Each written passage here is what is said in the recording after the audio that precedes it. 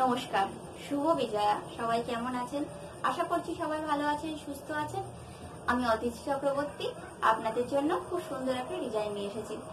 এই ডিজাইনটা আপনারা table cloth, bedsheet, cushion cover, pillow কভারে করতে পারেন। খুব সুন্দর লাগবে ডিজাইনটা। তো চলুন এবার ভিডিওটা শুরু করা যাক। আমি আপনাদের সাথে ভিডিওর মধ্যে কথা বলছি। ধন্যবাদ।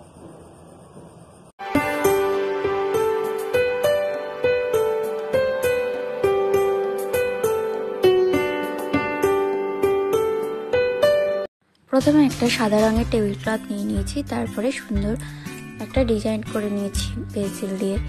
এরপর আমি রেড কালারটা নিয়ে আমি ফুলটায় রং করে নিচ্ছি। একটা ফুলে রং করছি, দেখো আমি কেমনভাবে করছি তাহলে বুঝতে পারবে। 2 নম্বর ফ্ল্যাট ব্রাশটা নিয়েছি, পুরো ফ্লাওয়ারটাই আমি রেড কালারটা দিয়ে নেবো। তারপরে ওর উপর দিয়ে আলতো করে করে মেরুন কালারের সাথে একটু ব্ল্যাক কালারটা মিশিয়ে রং করব। ডিজাইনটা সম্পূর্ণ করা হয়ে যাওয়ার পরে দেখতে কিন্তু অসাধারণ লাগবে। তার জন্য কিন্তু শেষ পর্যন্ত অপেক্ষা করতেই হবে আপনাদের। তো দেখতে থাকুন। তো এখানে যখন রং করছি, মেরুন কালারের সাথে তো ব্ল্যাক কালারটা মিশিয়েছি। এইবার যে শেডটা দিচ্ছি সেই শেডটা একটু হালকা হালকা করে নিচ থেকে উপরের দিকে টানবো। আর উপরের দিকে সবসময় হালকা কালারটা রাখলে রংটা সুন্দর ফুটে ওঠে। তো দেখা যাক কেমন হয় ডিজাইনটা। আর এখানটায় আমি লিপ গ্রিন কালারটা ব্যবহার করছি। লিপ গ্রিন কালারটা দেখতেও অসাধারণ লাগে, সব কিছুর সাথে মানায়। দেখুন, লিপ গ্রিন কালারের সাথে হালকা মেরুন কালার আর যে ব্ল্যাক কালারের মিশ্রণটা ছিল সেটা একটু মিশেছে। লিপ গ্রিন কালারের সাথে সুন্দর একটা রং তৈরি হয়েছে, প্রায় অনেকটা স্যাফরিন কালারের মতো লাগছে। তবে এই কালারটা একটু হালকা লাগছে, স্যাফরিন কালারের একটু হালকা। তো এবার দেখুন, আমি কমলার সাথে মেরুন আর ব্ল্যাকের যে মিশ্রণটা করেছিলাম ওইটা এবার দিয়ে শেড কালারটা করছি। দারুণ হবে, কিন্তু খুব সুন্দর লাগবে ডিজাইনটা করার পরে। তো তার জন্য অবশ্যই অপেক্ষা করতে হবে আপনাদের। আমি কিন্তু রং করার আগে ফ্রেমে ভালো করে আটকে নিয়েছি কাপড়টাকে, তারপরে কিন্তু রং করছি। ফ্রেমে না ভালো করে আটকালে একদমই ডিজাইনটা ভালো লাগবে না আর সুন্দরভাবে করাও যাবে না। সবসময় ফ্রেমে টানভাবে কাপড় যে কোনো কাপড় আটকে তারপরে রং করবেন। পাঞ্জাবির ক্ষেত্রে আমি তো আগে বলেই দিয়েছি, পাঞ্জাবির তলায় একটা পিসবোর্ড দিয়ে তারপরে রং করবেন। হ্যাঁ, ইস্ত্রি করা পাঞ্জাবি একদমই দরকার, না হলে একদমই ভালো রং হবে না। এরপরে আমি গোল্ডেন ইয়েলো কালারটা দিচ্ছি। গোল্ডেন ইয়েলো কালারটা দেওয়ার পরে ওর ওপর দিয়ে আমি রেড কালার আর ব্ল্যাক কালারের যে মিশ্রণটা করেছি সেটা আমি দেব। তো আইডিয়াটা কেমন দেখুন, দারুণ কিন্তু আইডিয়া, ভালো লাগবে, সুন্দর লাগবে দেখতে।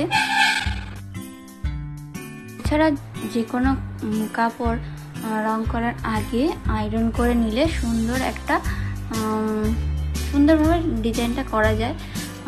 প্লেন হয়ে থাকে, মানে জিনিসটা একদম স্মুথ হয়ে থাকে, যার জন্য সুন্দর রং হয়। আর সবসময় কাপড়টাকে টান করে ফ্রেমের সাথে লাগানোই উচিত, নাহলে একদমই ভালো হবে না। আর রং হয়ে যাওয়ার পরে কাপড়টাকে উল্টে নিয়ে শুকোতে দেবেন। শুকানো হয়ে যাওয়ার পরে আপনারা ইস্ত্রি করে রাখবেন, যাতে অনেক দিন পর্যন্ত থাকে, রংটা উঠে না যায়। তো এখানে আমি রেড কালারটা দিচ্ছি। এই ফ্লাওয়ারটা সরি, এটা রেড কালার না, এটা হচ্ছে মানে ডিপ পিঙ্ক কালার, একদম মানে মেরুন টাইপের যে পিঙ্ক কালারটা আছে ওই কালারটা, দারুণ একটা কালার। এর ওপর দিয়ে আর সবুজ আর মেরুন আর ব্ল্যাকের যে মিশ্রণটা করেছিলাম সেটা আমি দিচ্ছি। ঠিক নিচ থেকে ওপরের দিকে টানবো। সব কটা ফুলেই আমি ওপরের দিকে হালকা কালার রেখে নিচের দিকে ডিপ কালারটা দেব। ডিজাইনটা কিন্তু আপনারা টেবিল ক্লথ, বেডশিট, পিলো কভারে, কুশন কভারে, চুড়িদারেও করতে পারেন, খুব সুন্দর লাগবে। এই ডিজাইনটা বেডশিটের মাঝখানে করলেও ভালো লাগবে, আবার টেবিল ক্লথের মাঝখানে করলেও ভালো লাগবে, কুশন কভারের মাঝখানে করতে পারেন, খুব সুন্দর লাগবে। অসাধারণ একটা ডিজাইন।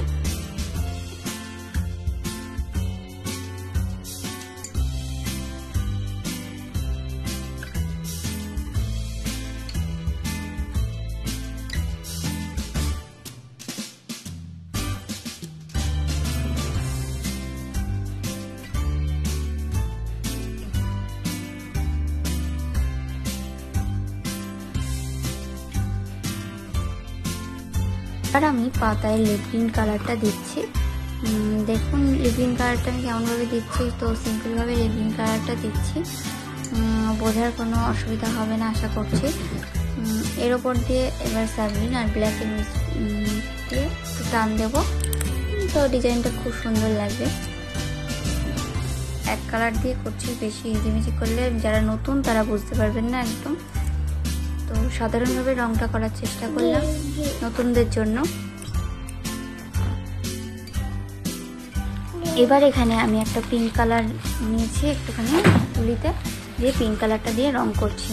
আমি এখানে 2 নম্বর ফ্ল্যাট ব্রাশ দিয়ে করেছি সম্পূর্ণ রংটা। দেখুন এর ওপরে এবার ডিপ যে পিঙ্ক কালারটা সেটা দিয়ে টান দেবো নিচ থেকে ওপরের দিকে। তো ফার্স্টে আমি শুধু পিঙ্ক কালারটা দিয়ে করে নিলাম। দেখুন এবার আমি টান দিচ্ছি pink colour, deep pink colour যেটা সেটা দিয়ে টান দিচ্ছি, আঙুল দিয়ে একটুখানি রংটা মিশিয়ে দিচ্ছি, না হলে মিশবে না ভালোভাবে। প্রত্যেকটা এরমভাবে একটু করে নেব। এরপর এর পাশে আমি কমলা কালারটা ব্যবহার করছি, তো কমলা কালারটা ফুলে দিয়ে নেব, তারপরে ওইরকমভাবে নিচ থেকে ওপরের দিকে টানবো ওই রঙগুলো দিয়ে।